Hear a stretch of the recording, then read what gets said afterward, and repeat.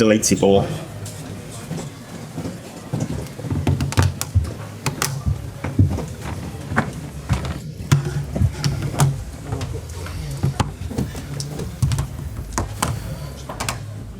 Start with Dan. After Michael, a great way to end the season. How are you feeling after that, and especially after the last 2 weeks? Yeah, as you'd imagine, really delighted. Absolutely delighted in so many ways with today, and particularly over the last 2 or 3 weeks when positions kind of cemented. We know where we're at in the league, and it's easy to drift and lose a bit of momentum, lose a bit of focus, and we kind of have treated it as it's all one season going into the next one. Really, it's not ended here. I think we wanted to keep building and keep pushing, and credit to the players. It's not easy that sometimes to do it as much as we'd expected and hoped for it. I've been there, and it's to find that spark. But the hunger was there. You could see it, and it was probably the toughest team to play that type of game in the heat, the way they move the ball. So it needed a really strong mentality, which I was absolutely delighted with, because that's the foundation we need to show and have to give us the confidence to move forward. Talk about moving forward, and I guess the first time we've spoken to him since the contract extension. How much are you looking forward to doing that at this club?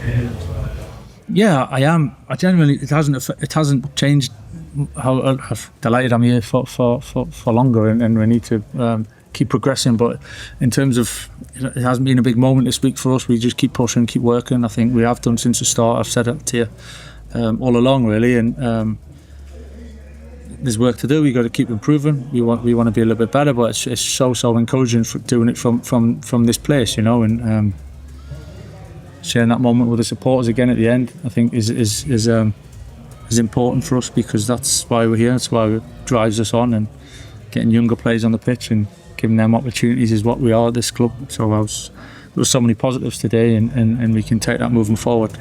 Simon.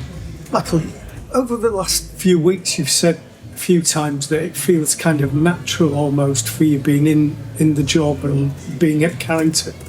There's been plenty of times that it's looked like an impossible job managing Manchester United.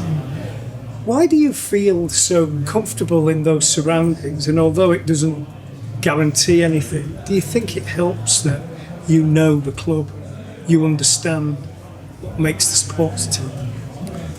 I think it helps that I've been here for a long time, and I've seen different levels of success, some ups and some downs. So I've seen it from all angles, really. I don't take that for granted, and I don't think that just makes the job easier. And when I say it feels natural, I don't take that for granted. I think it's trying to make the best of the situation, really. But I love doing it, you know, and I love doing it, and I think we've got a good idea how we want to move forward, and we've done some good work so far as a whole club and as a group. So a lot of it is kind of what I know, all I know. So I just keep trying to draw on those experiences and trying to shape it how we think and how we want it to look, really. All right. Are you aware of the stats about your managerial tenure here? 39 points from games at the end of the season, which would be enough for 87 points, I think, stretch over the campaign. I know it's not as straightforward as that, but when you have that sort of bank of work, is that something that projects into next season, particularly given the fluctuations at other rivals? I think the biggest thing you can take from that is the confidence and the belief that putting results together in this league's tough, you know, and a run is challenging. So I think that's the biggest thing. Obviously, it's a whole new start in many ways, but you've still got to draw on talking about experiences of being here in the past and what it's like. I think you always draw on them experiences and take the positives. And the boys have to. I think they need a lot of credit as well as a group for how consistent they've been in different ways we've won games and how strong they are knitted. I think that's really important for us to appreciate, you know, and that's what gives me the encouragement and excitement moving forward, that we've got a real strong foundation now to try and build on. I know it's the end of the season, but that's obviously your first game in permanent charge and your biggest win as well. The club had some pretty bad days here in previous years. Do you feel like that could be seen as you and the team laying down the mark next season?